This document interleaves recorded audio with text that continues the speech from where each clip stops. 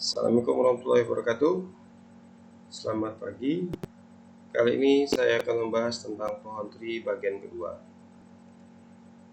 Oke, yang pertama ada pohon berakar. Pohon yang satu buah simpulnya diperlakukan sebagai akar dan sisi-sisinya diberikan arah sehingga menjadi gerak berarah, dinamakan pohon berakar atau rooted tree.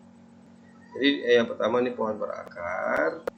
Jadi di sini A itu memiliki pasangan, yaitu ada 3 B, C, dan D. Untuk B itu memiliki pasangan akarnya adalah E ke F. Dan untuk akar dari E itu adalah H, I, dan J. Untuk C tidak memiliki, F juga tidak memiliki, dan D memiliki G. Yang B sebagai perjanjian, tanda panah pada sisi dapat dibuang. Oke, ini contoh pohon berakar untuk gambar 94. Terminologi pada pohon berakar. Untuk A atau children dan orang tua atau parent, pada gambar 94A dapat dilihat bahwa B, C, dan D adalah anak-anak simpul dari A, dan A adalah orang tua dari anak-anak itu. Yang kedua atau yang B, lintasan.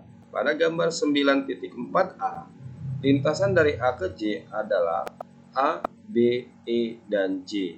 Dengan panjang lintasan dari A ke J adalah 3. Yang C, saudara kandung. Pada gambar 9.4a, F adalah saudara kandung dari E, tetapi G bukan saudara kandung dari E karena orang tua mereka berbeda. Upah pohon. Upah pohon adalah bagian dari pohon berakar. Pada gambar titik 4a, salah satu upah pohon adalah B, E, F, H, I, J. Yang E, derajat. Derajat sebuah simpul pada jumlah upah pohon atau jumlah anak. Pada simpul tersebut, pada gambar titik 4b, dapat dilihat bahwa derajat A adalah 3, derajat D adalah 2, derajat D adalah 1, dan derajat C adalah 0. Jadi derajat yang dimaksud di sini adalah derajat keluar. Derajat maksimum dari semua simpul merupakan derajat pohon itu sendiri. Pada gambar 9.4 mempunyai derajat 3. Yang F, daun. Daun adalah simpul yang berderajat 0 atau tidak mempunyai anak. Pada gambar titik 4A, simpul H, I, J, F, C, dan L, dan M adalah daun. G, simpul dalam. Simpul yang mempunyai anak disebut simpul dalam. Pada gambar 9.4a, simpul B, D, E, G, dan K adalah simpul dalam. Oke, berikutnya adalah pohon terurut. Yang dimaksud dengan pohon terurut atau ordered tree adalah pohon berakar yang urutan anak-anaknya penting. Misalnya pada gambar 9.5 menunjukkan pohon terurut yang berbeda. Baiklah, di sini perhatikan untuk gambar 9.5 pohon terurut berbeda. Oke, untuk berikutnya yang ketiga adalah pohon and array. Yang dimaksud dengan pohon and array adalah pohon berakar yang setiap simpul cabangnya mempunyai paling banyak n buah. Pohon and array dikatakan teratur atau penuh atau full jika setiap simpul cabangnya mempunyai tepat n anak. Berikutnya adalah pohon biner. Pohon biner ini sangat penting karena banyak diaplikasikan di berbagai bidang, terutama ilmu komputer. Misalnya untuk mengambil suatu keputusan dalam suatu organisasi, pada subbab berikutnya akan dijelaskan beberapa aplikasi pohon biner. Yang dimaksud dengan pohon biner adalah pohon and array dengan n sama dengan 2. Setiap simpul dalam pohon biner maksimal mempunyai 2 anak. Yang dibedakan antara anak kiri dan anak kanan. Karena ada perbedaan ini, maka pohon biner merupakan pohon terurut. Aplikasi pohon biner banyak sekali.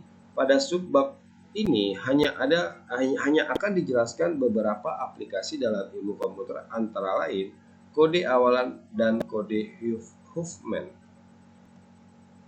Oke, yang pertama ada kode awalan atau prefix kode.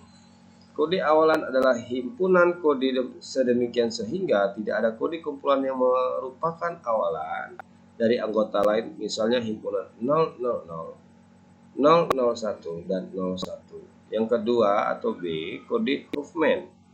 Kode Huffman ini bertujuan untuk meminimumkan jumlah bit yang dibutuhkan dengan cara memperpendek kode untuk setiap karakter, terutama pada karakter yang kekerapan atau frekuensi kemunculannya besar.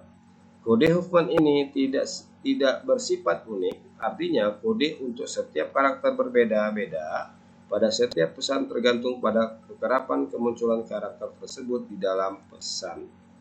Untuk mendapatkan kode Huffman, mula-mula yang dilakukan adalah menghitung beberapa kemunculan tiap simbol di dalam teks, kemudian cari peluangnya.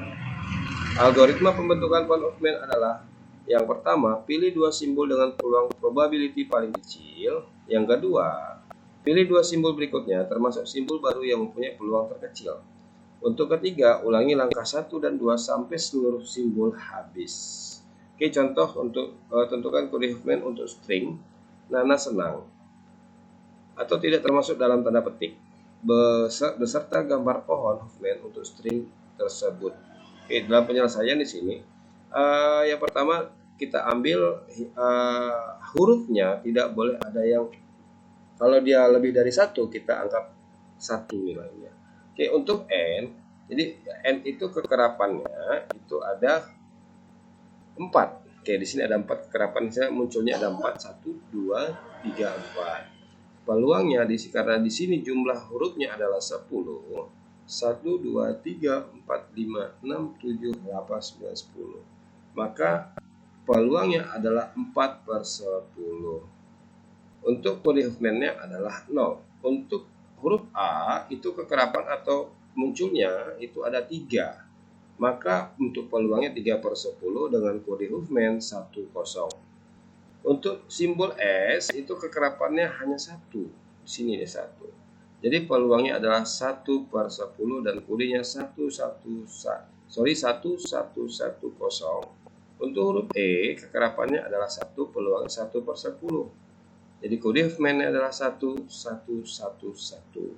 Untuk G itu kekerapannya 1, maka peluangnya 1/10 dan kode Huffman-nya adalah 110. Jadi untuk mendapatkan pohon Huffman dengan mengikuti langkah-langkah sebagai berikut. Yang pertama, pilih dua simbol dengan peluang paling kecil. Dalam hal ini ada 3, yaitu S, E, dan G. Kita pilih 2 di antara, misalnya S dan E. Kedua simbol dikombinasikan menjadi SE dengan peluang 1/10 ditambah 1/10 adalah 2/10. Yang kedua, pilih dua simbol berikutnya termasuk simbol baru SE pada A yang mempunyai peluang paling kecil. Dalam hal ini G. Kedua simbol dikombinasikan menjadi SEG mempunyai peluang 1/10 ditambah 2/10 adalah 3/10. Yang ketiga, prosedur selanjutnya sama dengan B. Dalam hal ini, mengkombinasi A dengan SEG menjadi ASEG dengan peluang 3/10 ditambah 3/10 sama dengan 6/10. Yang keempat, selanjutnya mengkombinasi ASEG dengan N menjadi NASEG dengan peluang 6/10 ditambah 4/10 sama dengan 10/10 sama dengan 1. Sehingga pohon Huffman dapat digambarkan sebagai berikut. Oke, tadi pertama kita ambil huruf NASEG. Oke, jadi di sini untuk kode Huffman kita ambil untuk nilai terkecilnya itu adalah yang di bawah SE, tetapi kita dari atas dulu kita ambil NASG, jadi peluang terbesarnya adalah NN yang kita sisihkan ke kanan dengan kode 0 dan selain N berarti ASEG itu kodenya adalah 1. Kemudian di sini untuk kode dari ASG adalah 01. Maaf, untuk kode ASG-nya adalah 1.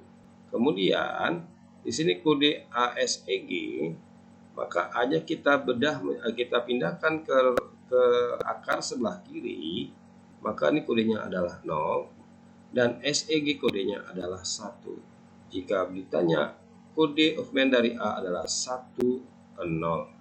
Lalu di sini kode untuk SEG adalah 1, 1. Oke, untuk SEG itu kita ambil kode G-nya itu kita letakkan di sebelah kiri, maka kodenya adalah 0.